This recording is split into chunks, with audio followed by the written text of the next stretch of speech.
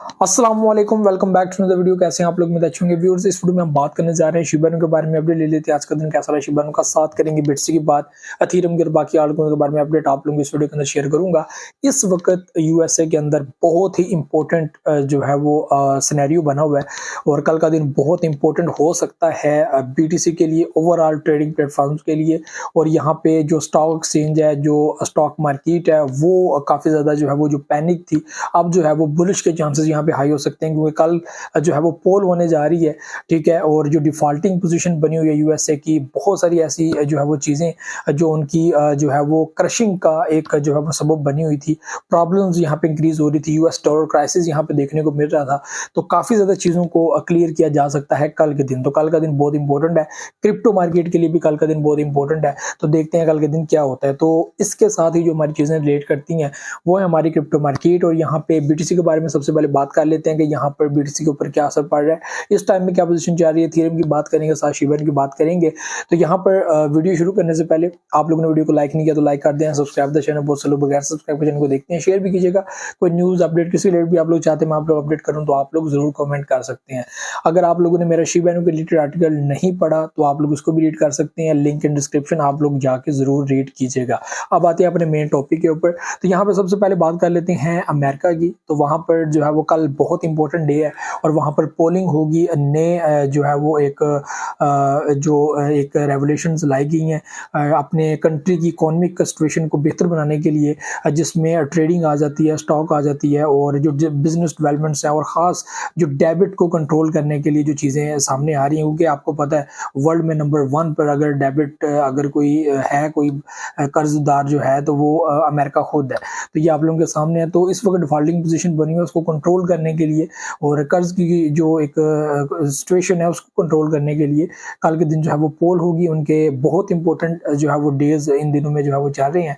तो जो इकोनॉमी के ऊपर काफी असर अंदाज हो सकते हैं। और आपको पता है कि पूरी दुनिया में एक इफेक्ट आता है, यूएस डॉलर का क्राइसिस भी यहाँ पर देखने को मिल रहा है जो काफी इफेक्ट डाल रहा है यूएसए के अंदर। तो देखते हैं कल के दिन क्या बनता है। तो यहाँ पर जो क्रिप्टो मार्केट है इसके अंदर क्या सीन हो रहा है। तो यहाँ पे हम लोगों ने देखा कि मार्केट ने 26,400-500 का एक बहुत बड़ा सपोर्ट जोन तोड़ा और सपोर्ट जोन तोड़ने के बाद मार्केट नीचे गिरी। और यहाँ पे हम लोगों को ये महसूस हो रहा था कि नेक्स्ट 24,500 और 24,000 जो दो सपोर्ट्स बनती हैं तो यहाँ पे मार्केट जो है वो वापस आएगी, यहाँ से वापस रिकवर होगी। लेकिन हम लोगों ने देखा कि मार्केट वापस 28,000 की पोजीशन में गई। इस वक्त वापस जो है वो मार्केट एक बार फिर क्रशिंग पोजीशन में है, बिग सेलिंग यहाँ पे एक बार फिर देखने को मिली है। तो ये सिनेरियो हम लोगों को देखने को मिलेगा ही मिलेगा जब तक जो है वो स्टेबिलिटी नहीं आती, कोई रेवोल्यूशंस नहीं आती या कोई दुनिया इसके ऊपर कोई खास चीजें जो है वो अपने क्लियर नहीं करती। हांगकांग और चाइना दोनों ने जो है वो अब फैसला कर लिया कि क्रिप्टो के ऊपर कुछ नई चीजें जो है वो लाने जा रहे हैं। और 1 जून से हांगकांग जो है वो बाकायदा बिटकॉइन एंड एथेरियम की बाइंग एंड सेलिंग और एक नेक्स्ट लेवल के ऊपर जो है वो स्टार्ट करने जा रहा है। तो उसका असर भी जो है मार्केट में पड़ेगा और ऐसा लगता है कि मार्केट बुलिश होगी। ठीक है, तो यहाँ पर जो है वो ये दो कंट्रीज ये चीजें कर रही हैं। तो अभी जो सिचुएशन है वो ये है कि यहाँ पर तकरीबन 27,200-300 से जो है वो आगे बढ़ते हुए इसने एक जो है वो अपनी फर्स्ट जो है रेजिस्टेंस ब्रेक की, उसके बाद दूसरी रेजिस्टेंस ब्रेक की, उसके बाद 28,000 की पोजीशन में गया। आज के दिन जो है वो मार्केट थोड़ी क्रशिंग है, नीचे गिर रही है। क्या बनता है ये बहुत इंपॉर्टेंट है, लेकिन अभी भी जो है वो मार्केट 27,000 की पोजीशन के अंदर है।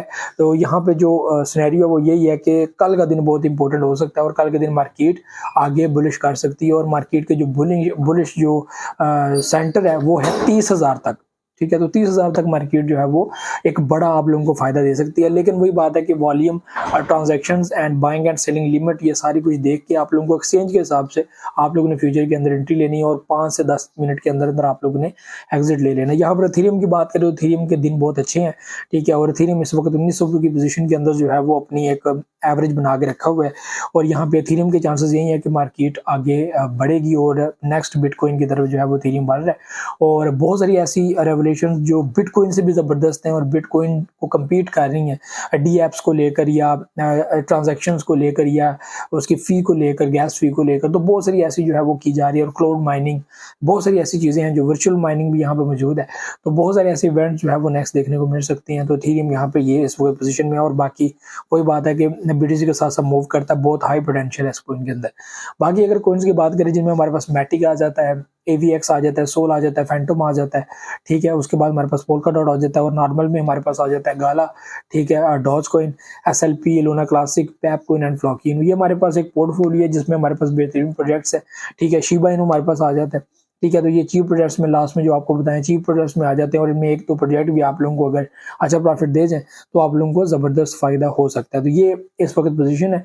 तो मार्केट जो है वो काफी बुलिश एंड बेरिश दोनों पोजीशन जो है वो चल रही है।